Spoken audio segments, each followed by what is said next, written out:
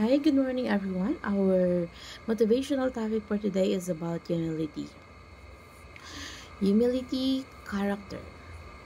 The one of important character of being a leader na hindi naman kailangan bilang isang nakakataas or may mga nasakpan ka, may mga members ka, at bilang ikaw ay isang leader, ay kailangan maging feeling arrogant, na magkaroon ka ng yung lagi superior ka sa kanila. Having a humility of being a leader ay sobrang napaka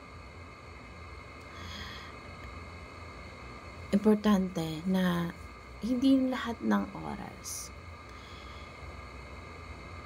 ikaw yung laging nakikita na ikaw lang yung matalino, ikaw lang yung magaling, kasi lahat naman ng meron tayo, lahat naman ng talino natin, lahat naman ng kagalingan natin sa buhay, lahat naman ng merong skills tayo ay hindi naman yan dahil lang sa atin, kundi ibinigay ng Diyos sa atin para magamit natin, para makatulong sa iba.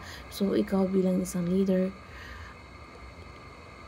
hindi naman kailangan lagi ikaw ay yung superior, na makita sa'yo na ikaw ay napakagaling dahil sa iyong sarili.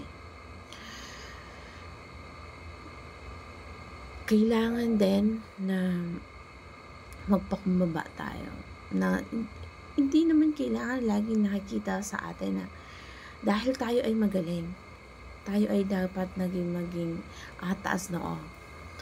So, ang humility ay isa ito sa kailangan ng maging isang leader, kasi hindi mo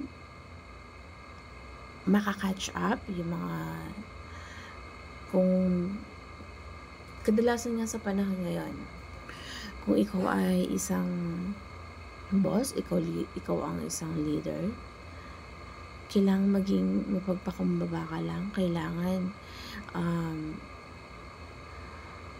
yung mga tao na hinahandle mo hindi aloof sa'yo, na parang friend lang kayo, kapatid lang kayo, kasi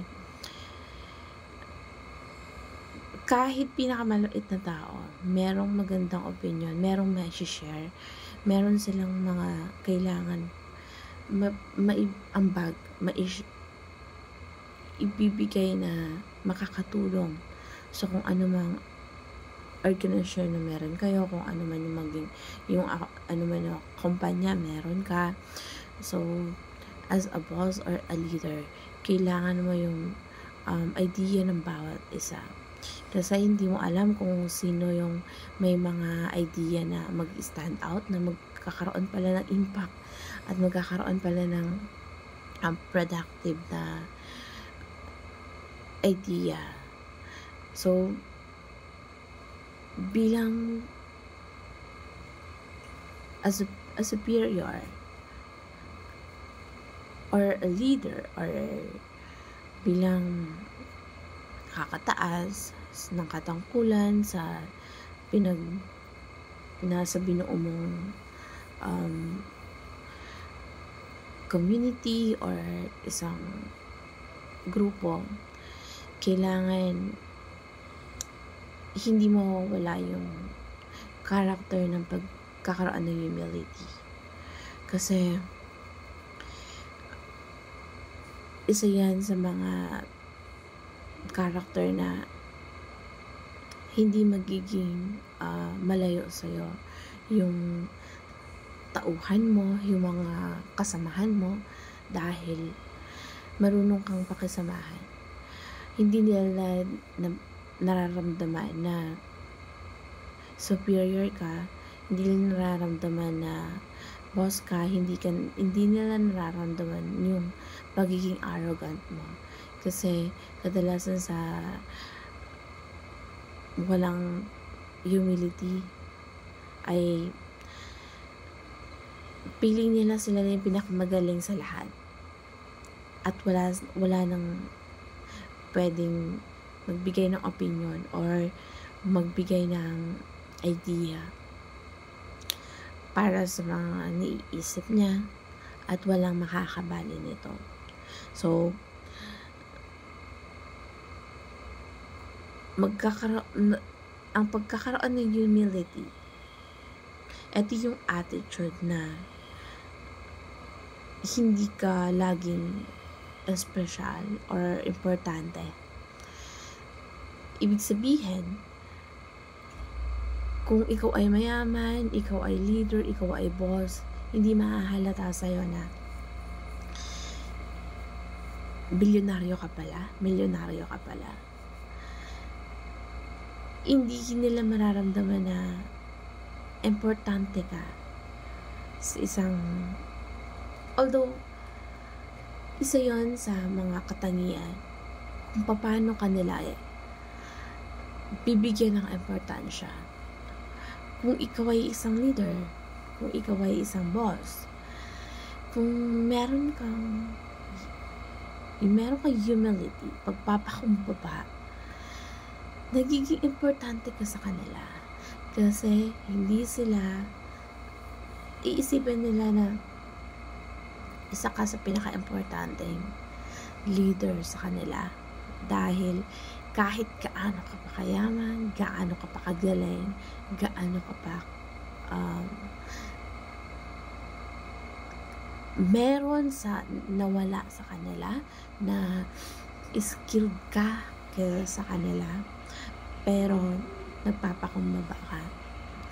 Isa yon sa makakapagbigay sa kanila ng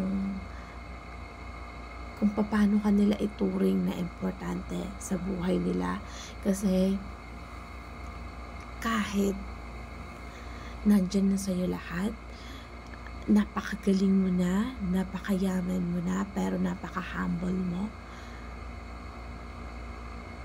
importante ka sa kanila. Bibigyan kanila ng, kumbaga, mas lalo kanilang ituturing na superior kapag naramdaman nila na ikaw bilang isang leader, bilang isang boss at nakakataas, marunong kang magpakumbaba. Yun yung nagkakaroon ka ng kahit ikaw yung taong kailangang mataas yung pride mo, pero hindi mo pinapakita sa kanila na you're the best, na kailangan ikaw yung laging nasusunod, ng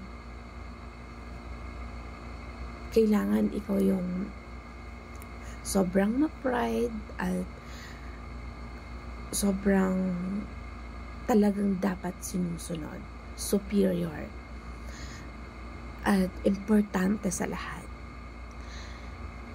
Kasi kung ganun mo i-treat yung tao, yung kung paano mo i-treat yung tao, kung paano mo i-treat yung member mo, paano mo i-treat yung nasasakupan mo, yung mga tao na mas mababa, or kumbaga kung paano mo i-treat yung mga tauhan mo, at meron kang humility, meron kang pagpapakumbaba, ito yung bibigay sa'yo ng magandang relasyon sa lahat ng mga members mo. Kasi alam nila kung paano ka merong connection sa kanila, kung paano ka makitungo sa kanila. lalo kanilang bibigyan ng importansya. Kasi alam nila na marunong kang magpakumbaba, alam nila na marunong kang makinig sa kanila. Hindi nila iniisip na dahil nakaka-intimidate ka, dahil ikaw yung boss, hindi na sila pwede makihalupilo sa'yo. So, merong mga leader na ganyan, merong mga boss na ganyan na kahit napakayaman nila, hindi makikitaan sa kanila na isa sila sa pinaka mayaman dito sa bansa dahil sa pagkakaroon nila ng humility. At yun ay maging mapagpakumbaba ka, hindi ka masyadong ma-pride, hindi ka masyadong superior. So, that's the important na bilang isang leader, meron ka nito, meron kang character na have a humility.